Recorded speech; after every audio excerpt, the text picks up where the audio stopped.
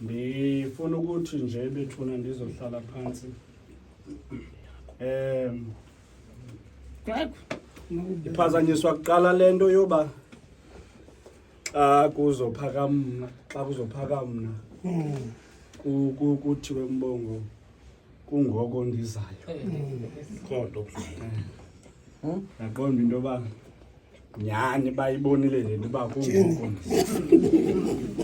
ndize apha because kungoko ndizayo. Family yalapha kulosali ndike ndadibana nale ncwadi kaIsaya.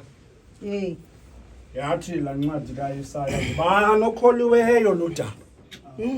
Nengalo kaThixo le ityhileke khona. Nkosi. Kodwa ndiyayithanda xa isehla.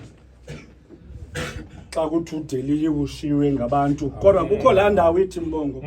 Uzithabathele kuye zonke izikrexo zethu. Wawuthwala umvandedwa yethu. Besisithi thina ungobandezeliwe. Kanti yena yethu ungonyuluweyo nguThixo. Ndifuna ukutsho nje kuni ndikhwelele. Kuncokolwa apha family ngale ncwadi kaMpostile uPawulos. Ethi inhlungu zakaloku nje azinokulinganiswa. Ngcongo. Xa uzoza nobuqaqawule busazotyhilwa. Incwadi kaThixo okanye le ndawo sithetha kuyo Mbongo akayibhalanga yedwa uPawulos. Incwadi kaThixo uncedisiwe nguTito kule ndawo. Yona nje lena yodwa ngoba ngoyena umuntu ebemazi inhlungu adlule kuzo umpostile. Ilizwi likaThixo lento afikelela kule nto ba inhlungu zakaloku nje azinokufaniswa nobuqaqawulo obuzozotyiwe. Siboniswa apha izulu elitha nomhlaba omtsha osazotshilwa ngoba izinto zokuqala zobe zidlule ilizwi likaThixo. So xa kufika izulu elitha kwenzeka laa nto yenzeka phezu kwentaba. Xa esithu Yesu ndiyawunikela kwakazuka ikhuselo lezulu watsho wonke umntu wanaka ukunxibelelana noThixo ngoba intlungu zakalwa kumde azinakufaniswa nobuqaqawule busazotyhilwa. Siboniswa izulu elitha nomhlaba omtsha. Akwesibini ndizokhelela.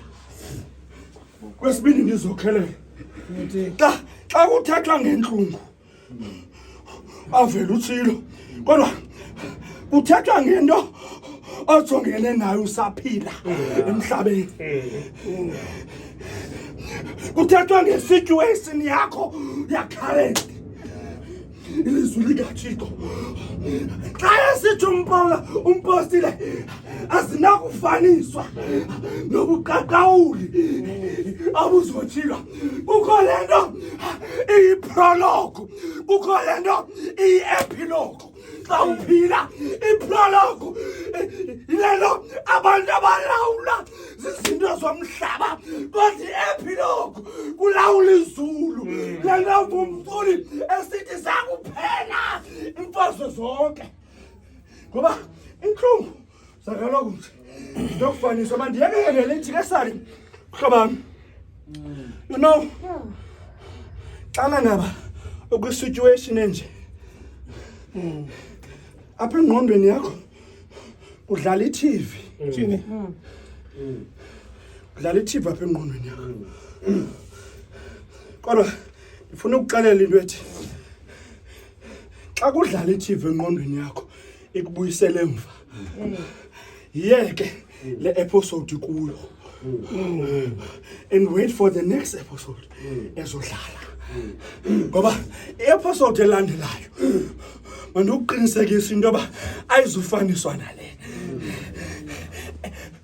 Olumncike uvuluvayo ngoku lolo mzuzwana le nto ngokwakho uPawulos athi xa yena athi ndizibalela into yoba ezi zinto ziyinxwaleko kodwa zikhona izinto zezulu ezizayo ezamela into bazityhilwe phakathi kwethu apho kuzobakho khona apho izinto ezimnandi zodwa.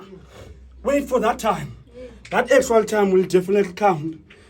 Akunoba ngoku mhlambi, but xa ixesha lifikile ulazi into yoba lixesha elifanelekileyo nelilungileyo kuKristu.